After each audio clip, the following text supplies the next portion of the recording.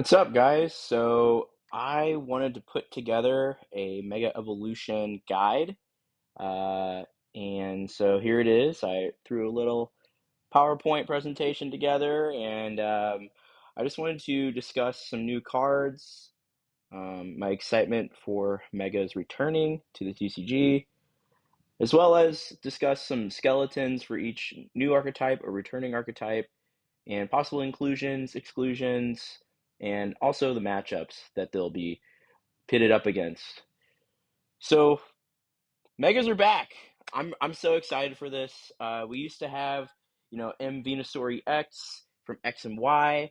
This mechanic was kind of a letdown. It was a little clunky. They still give up two prize cards, which is nice, but when they evolved, they ended your turn. So they're kind of slow. Actually, they're a lot of slow. Uh, but now we have Mega Venusaur EX from M Venusaur EX. The new Megas, they just directly evolved from an Ivysaur, which people were like, that's kind of weird. Shouldn't they evolve from a Venusaur? I think there's two reasons for that. So, one, the creators of the TCG didn't want um, it to be like a stage three or a higher stage than stage two situation. They wanted it to be pretty smooth, not super clunky. Like I said, with M Venusaur EX from X and Y, it was a little clunky, it was a little slow, wasn't super fun to play.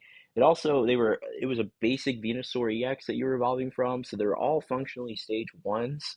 And they also end your turn if you evolve them, unless you had a Spirit Link. But the Spirit Links came a little bit later than the actual M Mega gimmick. So I don't know. It just wasn't a good rollout. Wasn't a good first impression. The megas of the new age of Mega Evolution are just stage two, stage one, and basics. They evolve from what they normally would if they for their non-mega counterparts. They're a lot more consistent, a lot less clunky, and they're really fun. They have a lot of HP. Now, the big thing that people were also worried about was they gave up three prize cards, right? And I don't know if you guys remember, but the last things they gave up three prize cards were VMAXs. But even before that, they were tag teams. And people were really worried about some of the mega basic EXs that we're going to get that are giving up three prizes. Are they going to be too powerful? Are they going to have too much HP? Things like that.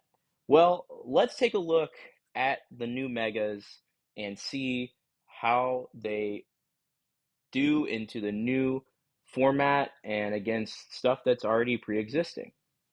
So I made a little tier list. So let's start with the top tier. This tier is one, it's regularly topping events. So I actually don't have any megas in this tier. I don't think any of the megas are strong enough to see themselves constantly getting top eights at big tournaments at these majors. However, all hope is not lost. They're not totally a dud. I do have Mega Kingscon in tier two. I think it will get some top 16s. It will be included in decks that regularly make the top 16. Decks like, Raging Bolt, Terror Box, maybe some other big basics decks. I think Kangaskhan is a pretty cool card. I don't think it's extremely powerful, but its ability is really strong. You can use Latios EX to retreat it and things like that. Tier three, you might day two. I put Lucario in here. Lucario is a pretty cool deck. It's pretty much a stage, or it's pretty much a single prize deck until you evolve into Lucario to blow something up, which is gives it a lot of merit. You can really play the prize mapping game really well with that deck. However, it has a really massive problem with Guardy, which I'll get into a little bit later. But I think you could definitely get day two with it for sure. You just have to hit some good matchups. Tier four could be good later. Mega Mawil's in there. Mega Mawile is a pretty solid attacker in metal decks. I could see this being good in like an Archaludon deck. While I'm not particularly high on Archaludon right now, it does have some merit as an attacker because after you've taken four prizes, it's hitting 320 damage for two energy, which is crazy. And it's also splashable. You can just throw it down. You put down Archaludon, boom, boom, you're good. And that deck plays a lot of Turo, so if you start with it, you maybe take a hit. It has 270 HP for a basic. You can maybe take a hit and then beam it back up to your hand for later. So I think it actually has some merit, and it could be definitely good later. Okay, tier five, let's keep it local. Sorry to the Venusaur people. Venusaur is a really cool deck. I just don't really see it doing much. It's definitely a cool local deck. I think you could top eight, maybe even win a cup with it. You definitely win a challenge with it. But let's just keep it local. Same thing with Camerupt. Camerupt's a really cool deck. The reason why, uh, and to be said, I actually really like the stage one megas. I think they're pretty strong. Camerupt's another stage one mega. Why is it not Lucario tier? Well, Camerupt has a bigger issue with the prize map situation. Camerupt plays Volcanic EX, it plays the Numels, it plays the Magmortars, and it plays its own Camerupt, right? So if they knock out a Volcanion, and then they're able to knock out a Camerupt, it's pretty hard for you to deny them that last prize to get the six, as opposed to Lucario, which you can easily throw a single prize and then a Lucario and then a Lucario, right?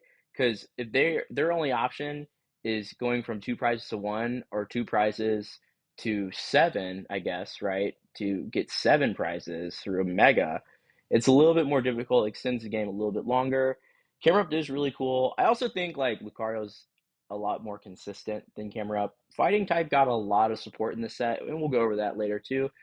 Camerupt did not, Camerupt's its own thing. It kind of added to this cool fire archetype deck, which I know there's a card coming out later. We're not going to talk about it today. Talk about it when it comes. But maybe Camerupt has some legs later. Right now, though, definitely more of a local deck. All right, tier six. At least it looks cool. I don't know if you've seen the Megas IRL yet, but they have some awesome foiling. They have some awesome texture. I think they look awesome. And Mega Manectric and Mega Guardy, in my opinion, are just cards that are cool to look at. They're not particularly good. People have been playing Mega Guardy in their Guardy decks. I don't think that's very good. Sure, it knocks out Charizard. It can do that. Mew also does the same thing, but Mew is way more playable, way more consistent. And you just usually, at least with Guardy, you don't have typically Braults to evolve into a Mega Guardy. You'd rather just get another Guardy EX on the board so you're more secure. So they can't just target down the Guardy EX you already have. So I just don't see where Mega Guardy slots into the current Gardevoir EX archetype.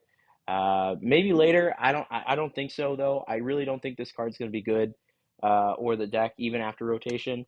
And Mega Manectric's in the same boat. Its first attack is really cool.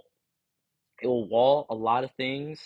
But the thing is that there's just too many evolutions right now, and it's just not going to do enough against the entire meta for me to be like, yeah, this card's great. Now the second attack does 330, but once again, you're having that prize issue that Camerupt had, but you're a little less consistent with it, where you're gonna definitely play Miraidon EX. You're definitely gonna play Electrics, maybe some Iron Hands. It's gonna be played in an Electric deck, and that deck just its prize mapping is really unfortunate for it. You're just not doing enough uh, damage early, unless if you hit like the nuts with the electro generators, but that's already kind of a clunky thing. And Mega Manectric just clunks it even more, and it really doesn't help you in some ways. And that deck just becomes such a mess. And I really just think if you're going to play Miraidon Electric deck with Eels, you just don't play the Mega Manectric. I think it's just better without him. So unfortunately, yeah, Mega Manectric, Mega Guardy, just in the looks cool tier six. Now, tier seven is I'll give you $1 for it. These are kind of bulk megas. Yeah, they look cool, um, but I just don't see them ever doing anything ever. Uh, Mega Absol has a cool first attack. I love attacks that are just like knock out a Pokemon if you fulfill this condition. And its second attack isn't too bad either. 200, you get to discard a card from their hand, and you get to choose what you discard. So maybe Dark is really not getting enough support for me to be like, yeah, Mega Absol is great, you know. So it's just bulk to me. It's a cool looking card once again.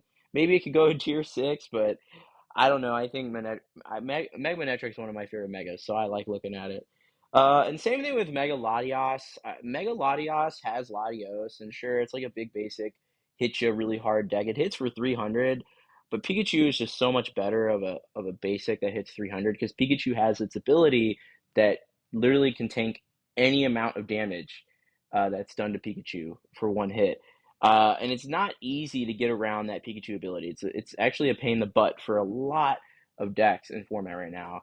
So I don't know why you wouldn't, if you're gonna play a basic that hits 300, I don't know why you'd play a three prize basic when Clefairy's in the format, things like that, you know. And Clefairy, unfortunately for Dragon type Pokemon, and especially Mega Latias, Clefairy is an eye block, and so is Mega Latias. So Clefairy is you're gonna have to deal with Clefairy being a card while Mega Latias is legal, which is a problem. And there's also another item that's coming out in the next set that we won't talk about today that makes Clefairy even more of an option moving forward. So I just really don't see these two doing anything ever. Oh, and of course, yeah, Mega Abomasnow tier. He's in his own tier. He's comfortable down there. Yeah, that's all I'm gonna say. He's in Mega Abomasnow tier. All right, so we're done talking about the megas. It's really exciting to see him back. But that's not the only exciting thing about this set. We have some awesome cards in this set, and I just want to talk about a few of them. So, of course, we got Lunatone and Solrock. Lunarock is back, and no, it's not the gimmicky ones from like Crown Zenith or whatever from like the end of Sword and Shield. It is a legitimate powerhouse, consistency engine. Solrock hits 70 damage with no resistance, which is a super good number early game. Lunatone draws you 3 cards and puts an energy in your discard, which is super useful in some decks. And then Fighting Gong gets you a best of both worlds. You can either get a Fighting Basic or a Fighting Energy, right? And so this combination of cards has made a huge splash in our format. I'm really excited to see how far these go, how well they do. I really do think that these are going to be a big deal. Of course, we also have some other cards. Obviously, Lily's Determination, one of the best supporters I think they've ever printed, ever. Uh, Not much more to say. I mean, decks are going to play a bunch of them. They're going to play like 2 to 4 of them each deck that can afford. I thought Eviltall is also like people know Eviltall that it's a good card. Some people haven't been saying it. I want to say this is a good card. It has a free retreat. It's great for dark decks that want to trap stuff in the active like Grimmsnarl. The free retreat's actually the biggest part. I really like that they put free retreat on this card. It's just a really solid card. It's something you have to watch for when you're playing something when you don't have a lot of retreat options. So watch out for the clutch from Eviltall. And of course, Meganium. Now, Meganium's kind of more of a favoritism card of mine. I really like the wild growth ability. We've had that first, I think, with at least when I remember, was the Sceptile from Great Encounters. It's dating myself for sure, 2008. But I love this ability. It's always nice to see grass decks get a big boost. We have Force of Vitality also in the set that lets you get out Meganium really fast, lets you get out the Venusaur really fast, and things like that. And there's a lot of other cards, but I think these were the top 6 cards I really saw outside of the megas that are really going to make a splash. All right, and oh, that's right. I love Dusknoir, but this guy came out, and this is Psyduck. Now he wasn't in the main set, but he is being released alongside as a promo to the main set. And yeah, I made its own slide. This card is very pesky for Dusknoir decks. I was a Dusknoir Dragapult player for a while. I was really liking that deck, and then I started testing, and if I see a Psyduck, I am not happy. It really bullies Dusknoir decks. So keep that in mind. This card's really cool as a tech. I wouldn't say you should play it in every deck, and I wouldn't say that Dusknoir is dead. And we'll go over like what Dusknoir decks can do moving forward for this card. But this is definitely a factor when choosing what deck you want to play and what decks you think you'll play against. Okay, so obviously I couldn't talk about Mega Evolution without a Mega Evolution EX. So let's talk about Mega Lucario. Now, when I assess these decks, I'm going to provide a list. Mega Lucario is actually the only deck that I have a full 60 card list for. Every other deck is a skeleton where I think is a good starting point for that archetype. And then there's also the top 7 decks, which you'll see here in a moment. These decks, I think, are going to make up the bulk majority of the meta. So knowing what your matchups are against those decks is really important. So let's take a look at Mega Lucario's matchups against the Big Seven. Gardevoir is obviously an auto loss. Like, you're not beating this deck. Okay, maybe there's a little slim chance you can beat this deck, but it would have to involve some good variants for you. And yeah, I just wouldn't rely on you ever beating Gardevoir. So big issue with Lucario right now. Just Gardevoir's too popular. Grimmsnarl is good. Grimmsnarl, it gets pretty bullied by the Solrock. You have a good amount of Pokemon with no abilities. You can really hit harder on things and keep that one prize board going. You also play like Turos and things like that. So the Grimmsnarl matchup is good. Raging Bolt's great. Raging Bolt's very easy. They're taking one prize. You're definitely taking two or more if you need to. With Premium Power Pro, you can just win the prize trade so easily with Raging Bolt. Goldango is fair. You can go back and forth. The Lunatones and Solrocks will fight each other.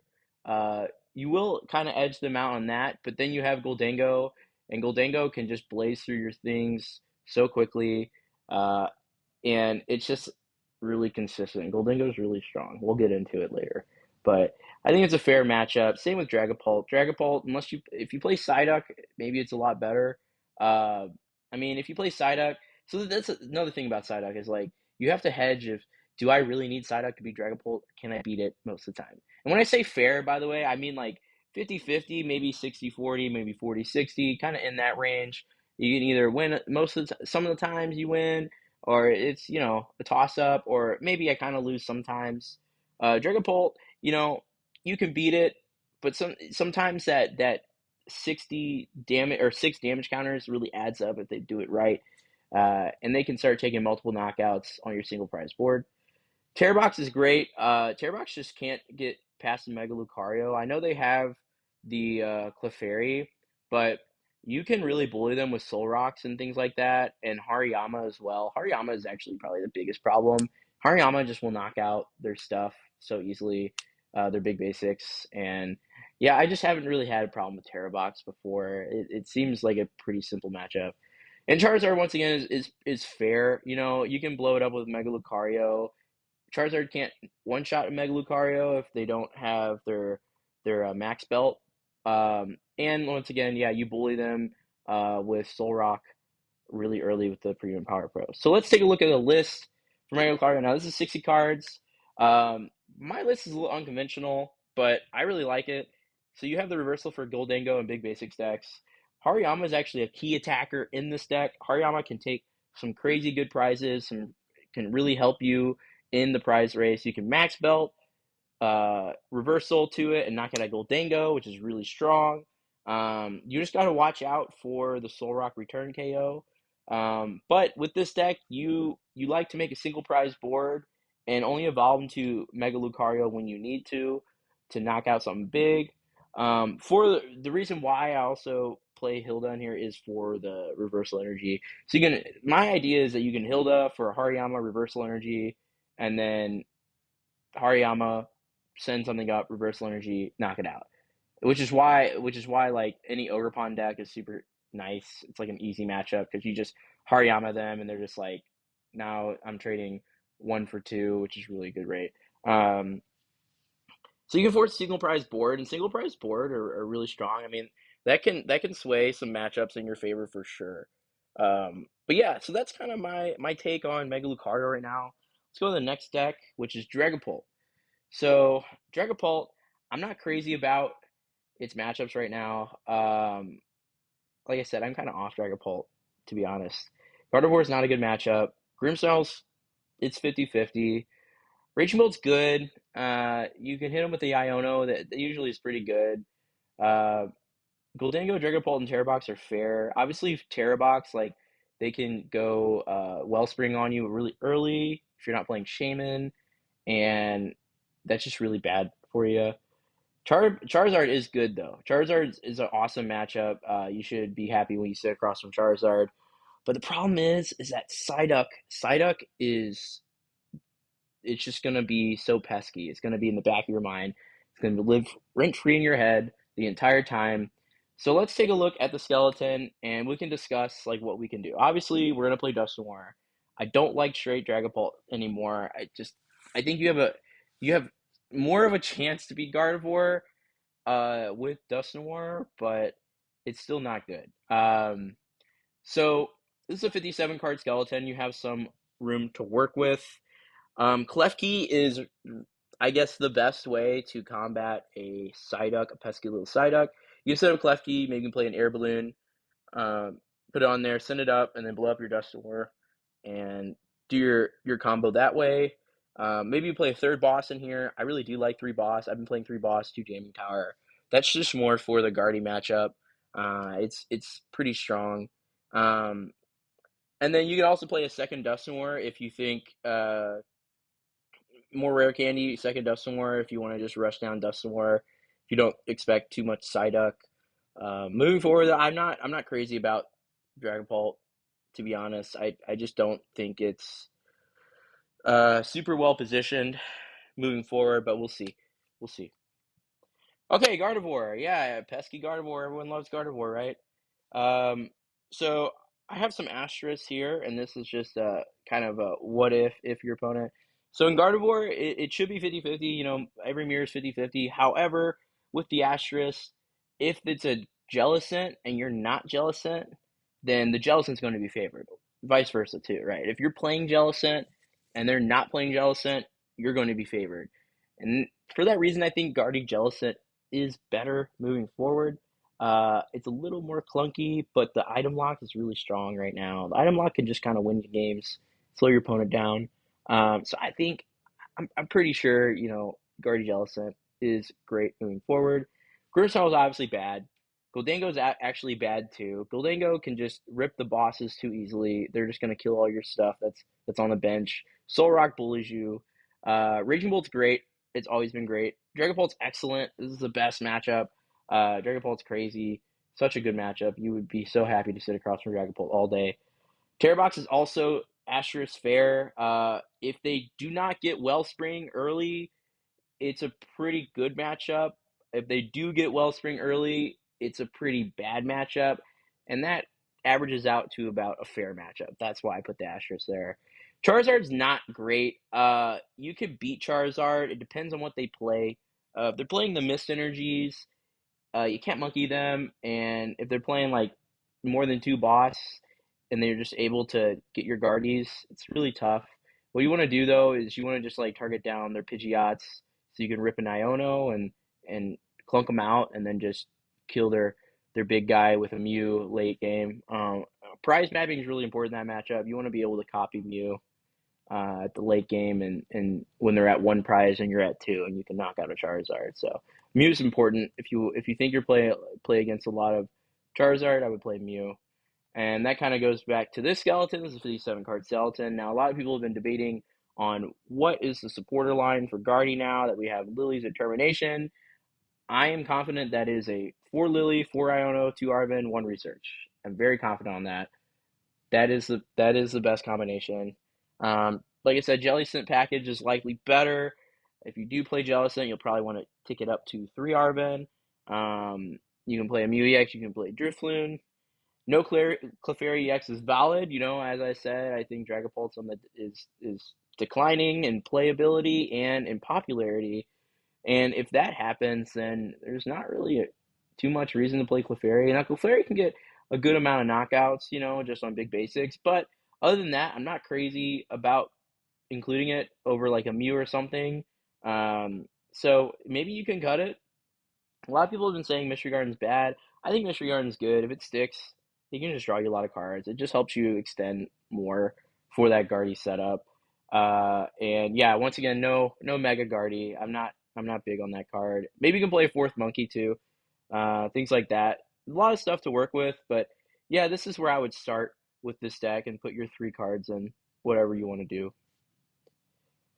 Goldango. All right. So Goldango got a huge buff. Um, Gardevoir is a great matchup. Grimmsnarl is fair. I think if you're playing nothing that can heal, then it's not super good. If you are playing like a picnic basket, it's pretty good. I think you can definitely edge out in that matchup. Raging Bolt's fair. You can't bully with Soul Rock against Raging Bolt, and they can just take multiple prizes against you. If you go in the Goldango. So the reason why I'm I'm kind of biased against Raging Bolt in this sense, but I just haven't had too much of a problem with Goldango ever, and that was only because their one prize board strat didn't really work against me. But maybe as a Goldango player, you can find a way to take the first two prizes, and if that happens, then you're probably fine, right? Obviously, Mirror is fair. Now, I will say, if you're playing Luna Rock Goldango, the Mirror is something you definitely have to test. It's complex, I would say. You have to know when to put down your Gimmighoulds, how many Gimmighoulds to put down, what cards you're going to play in that, and yeah, how not to get punished either. Dragapult's good, just a decent matchup. You're gonna be happy if you hit Dragapult. Terrabox is fair. Charizard's fair. Charizard, honestly, I was thinking it could be bad because of the Chi Yu, but Solrock is just kind of a bully, and if you get to three prizes before they take two, you're usually just way too ahead. Even if the Iono, you can draw out Iono pretty easily, and Chi Yu will take two, and then you'll boss something up, take two, you'll go down to one, and then Chi Yu doesn't really do anything because you just need a superior energy retrieval left, and you win the game. So, I think Charizard's now a fair matchup. It's pretty good matchup spread for Gholdengo. I think it's a pretty strong deck now. Yeah, and obviously we have the Solrock Lunatone. I think this is the best way to play the deck now. Um, Premium Power Pro you can include for the mirror and getting those Solrock knockouts. Vitality Band is necessary in here. Vitality Band fixes a lot of math right now. And I was thinking about maybe playing an Airy for fun. No, it's always great to have fun, but also it could be good in mirror. If they have a big hand. You're not Ionoing each other because they don't usually play Iono, and you're just like, I'll Airy two your SCRs after you use two. Now you can't kill me with Goldango, and I can. GG. Um, so I don't know. I think this is one of the strongest decks. You definitely play Trolley over Prime Catcher. Just wouldn't play anything else than Trolley. Trolley's a really strong card, and yeah, I really like this deck. All right, Raging Bolt, my love. Yes, Raging Bolt. Uh, Bad Gardevoir matchup, bad Charizard matchup, and everything else is pretty close. Grimmsnarl is fair. It depends on if you play the Iron Leaves. If you play Iron Leaves, it's pretty favorable. If you don't, it's not great. So that averages out to about a fair matchup. Terra Box is also fair, but Terra Box, you you got to watch out for if they play the Flareon, if they get an early two prizes. And that's kind of how that is. If they get two prizes before you, it's not great. Also, if you don't play Slitherwing and they Pikachu you, you're kind of screwed. Like Pikachu really bullies you if you don't play Slitherwing. And this is a 54 card skeleton, so there's a good amount of space here. I think Judge is essential. Maybe you can play Iono in here. You can play Ursa in here. I don't know. I don't know about the usability of Ursa much anymore. There's not many big basic stacks. So I think Ursa is kind of cuttable depending on how it goes. People have been putting in the like Wellspring and Waters to improve like the Guardian Charizard matchups, which is totally valid. Um, and you can also play an Energy Switch if you're also wanting to play the Wellspring. And also, no Owl's version could be better. I know that saw some success in Japan. People were playing it with the Sandy Shocks, which is really interesting. And people have been playing it with, of course, Luna Rock. So there's actually a lot of fun ways to craft a Raging Bolt deck now, but I'm not quite sure which variant is necessarily the best. I do think it's still a strong deck. However, it's kind of just declined in popularity. And I I'm not crazy about playing it at a big tournament when Guardy is not a great matchup. So we'll see. And yeah, oh, I forgot that I didn't include a little Raging Bolt in here. That could also be good, just for sniping stuff down. But yeah, okay, Terrorbox. This is what I think the mascot for Terrorbox is. I don't know if you agree or not. Let's take a look at this matchup. So Gardevoir's fair. There's a star there because, like I said, if you don't get the Wellspring knockout, two prizes on the Ralts early, then the matchup becomes pretty difficult. Not only that, but you can definitely overextend with involving all your Noctowls to get that knockout, and they could just re-stabilize with like a Super Rod into an Arven into uh, a Evolution to get two Kirlias out, and you can't follow that up, and then the game's kind of lost already. You're if you're able to keep the Ralts off the board, you're probably fine, right? But if you're not, I don't think it's a great matchup. Grimmsnarl's good. You play grass guys. I know the list that won in Japan and Yokohama Champions League played two uh, Teal Mask Urpon and one Iron Leaves. So Grimmsnarl's like bane of existence is Iron Leaves. Iron Leaves is so good against Grimmsnarl. So it could be this is a good matchup if you play the grass attackers. Um, Raging Bolt's fair, first two prizes wins. Gholdengo is kind of okay. If you don't get the Wellspring, um, which is kind of hard with Solrock having 110, if they have it active, you're not really doing anything. Um, so I had it at fair. Once again, a lot of the reason why Terrabox is good is that it's so explosive with the Wellspring. But a lot of the reason why people don't like Terrabox is because if you don't get the Wellspring, your matchups change drastically, right? Um, so that's with Gardevoir, that's with Gholdengo. Dragapult's also kind of the same, but I think Dragapult's a little bit more easy because you play the Clefairy. Terrabox, is fair. It depends on what Terrabox you're playing though. There's a couple variants of it now we'll talk about in a sec. But it depends on what you're playing. Charizard, not great. Even if you hit the Wellspring mask off, they play like they can like I said with the Guardy, they can just reestablish their board and then you're just like, shoot, I already used all this stuff. And then once you get a Charizard down, even if you kill a Charizard, you gotta deal with Chi being a one prizer and then taking two prizes off your grass guys. It's just not. I don't think it's that good of a matchup. I just really don't think so. 55 card skeleton, so you got some room to work with as well. Eevee, so I saw that Eevee box won the full grip 3K, Mega Evolution 3K. That's not really Terror Box, but it kind of is Terror Box. So they play the Ogre Pawns and stuff. It could be good. I know that Alex Szymanski got ninth in Pittsburgh with a Terror Box with a one Eevee, one Flareon, one Leafeon. I mean, those are some good types. Those are more grass attackers, right? Um, and a fire attacker, which is really good. Maybe that's a better way of playing it. It's a little less consistent, but you have a better variety of attackers. Maybe a counter catcher could be good in here, especially against like the Solrock. Solrock is gonna just kill Hoot Hoot, so maybe you play counter catcher. Gravity Mountain for Pikachu to knock out Gardevoir is really strong. That's what Szymanski's was playing. Could be good. And then once again, the question is Clefairy needed? Is Dragapult gonna be as pronounced as it has been? Are we going to need Clefairy? Like I said, it's a good attacker, but there's just better attackers in here. So that's the big question. We'll see moving forward. But yeah, that's Terrorbox. All right, Grimmsnarl. Grimmsnarl got a big buff with the Lilies. Gardevoir's a great matchup. Grimmsnarl Mirror is fair. Uh, Raging Bolt's fair if they don't play as many grass attackers. Gholdengo's fair. Dragapult's fair. Terrorbox is not good.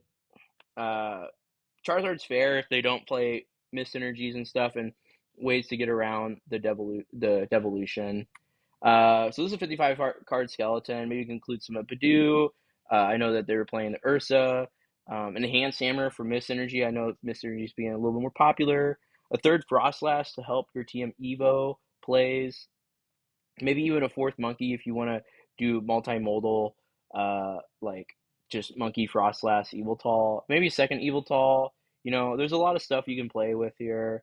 Um, but the biggest buff to this deck was Lily's Determination. It makes this deck a lot more consistent.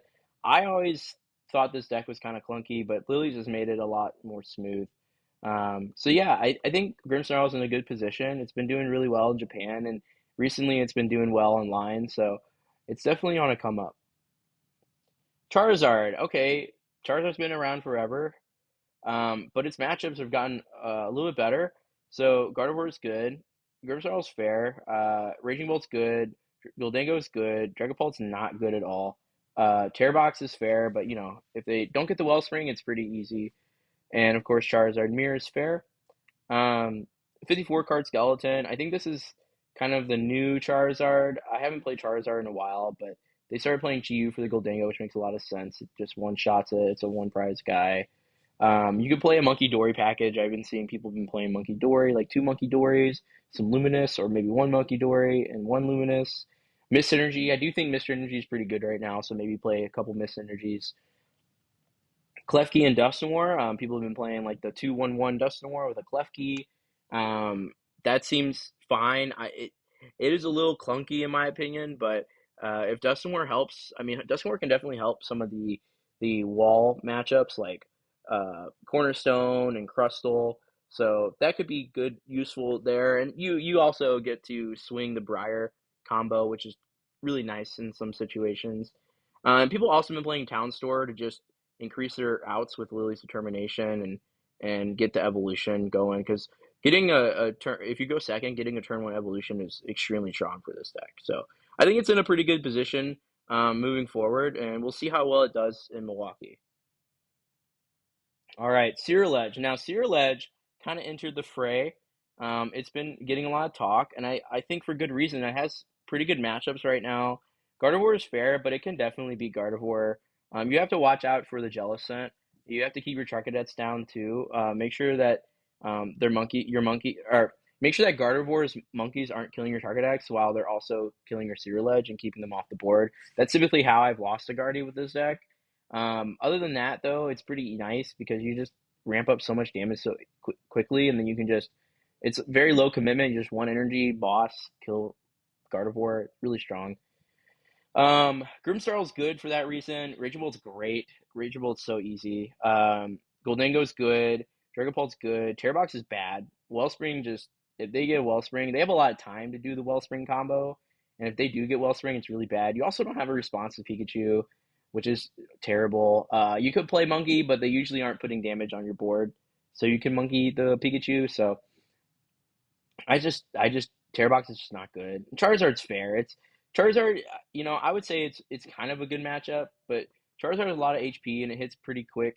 And usually you don't have enough energy to hit into a Charizard and knock it out. So Charizard can usually take two prizes before you take your first two, and if that happens, I don't think it's a good matchup. So here's a skeleton, 57 cards. You have a couple slots for some stuff. Is Carmine the best version? I don't know. Carmine is kind of a bad card after turn one, but with a turbo deck like this, you want to put as many energy in the discard as fast as possible. Maybe you can play Cycling Road.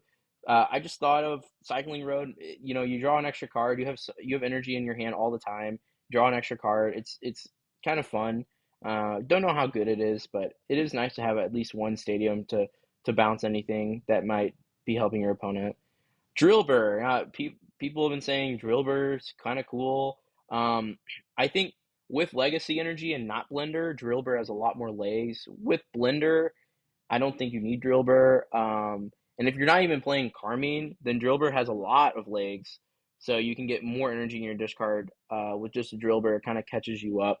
So Drillbur could be pretty good. I think if you're playing Drillbur, you want to definitely play two Fighting Gong to just get it in your hand, so you don't have to Nest Ball or Ultra Ball for it. Well, if you Nest Ball, you can't use it, but you don't have to Ultra Ball for it. You want to save your Ultra Balls for the Cyriledge for sure. And then yeah, Pokegear. I always love Pokegear in decks like this, especially Palpad. I mean, you run through your deck so quickly that Pokegear becomes a pretty strong card late game where you can just, Palpad two bosses and then with a 10 card deck, Pokegear, your chance of hitting them are so high. So I really like Pokegear, and yeah, I think moving forward, I really want to see how well this deck does. It's pretty hyped for Milwaukee, and for good reason. I think it has pretty good matchups, and Legacy is surprisingly a really strong card in here. So yeah, it's a little linear, that kind of gives me pause on this deck, but other than that, it's pretty strong, it's pretty quick. All right. Well, that's it for all the decks I wanted to cover with Mega Evolution with the new set. It will be continued, and yes, we will be moving on to Phantasmal Flames in the next set. But for now, thanks for watching, thanks for listening, and I'll see you next time.